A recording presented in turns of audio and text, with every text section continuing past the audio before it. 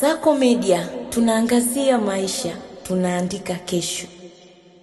Manchester City inaendelea kumfuatilia kwa karibu beki wa kulia wa Real Madrid na timu ya taifa ya England Trent Alexander-Arnold mwenye umri wa miaka 27. Beki huyo amekuwa akihusishwa na nia ya kuondoka katika kikosi cha kwanza cha Real Madrid tangu kufunguliwa kwa dirisha la usajili barani Ulaya, huku nafasi yake ndani ya kikosi hicho ikiwa haiko salama. Manchester City inaaminika kuvutiwa na uwezo mkubwa wa Trent katika kupandisha mashambulizi, hasa kutokana na pasi zake za usahihi na uwezo wa kutengeneza nafasi, na inaamini inaweza kupata saini yake iwapo atawasilisha ofa nono kwa mabingwa hao wa Hispania.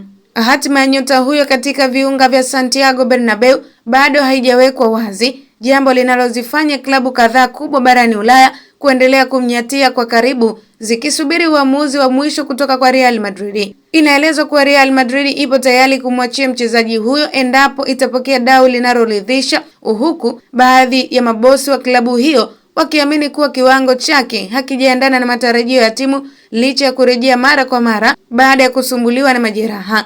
Tangu ajiunge na Real Madrid, Trent amepata nafasi ya kucheza katika mashindano mbalimbali, lakini takwimu zake zinaonyesha mchango sio thabiti kutokana na kukosa mwendelezo wa kucheza mara kwa mara, hali iliyosababisha kushuka kwa ushindani wake ndani ya kikosi cha kwanza cha Real Madrid. Kwa upande mwingine, Trent anabaki kuwa mmoja wa mabeki waliowahi kufanya vizuri sana akiwa Liverpool, ambapo alisaidia klabu hiyo kushinda mataji makubwa na kujijengea jina kupitia mchango wake mkubwa wa mabao na asisti, jambo linalofanya Manchester City kuona bado wanaweza kuleta tofauti kubwa kikosini hapo kilichopo chini ya kocha Pep Guardiola. Kwa taarifa zaidi za kimichezo na burudani, endelea kutufuatilia katika mitandao ya kijamii ambapo Instagram, Facebook na Twitter tunapatikana kama Kasako Media. Kasako Media, tunaangazia maisha, tunaandika kesho.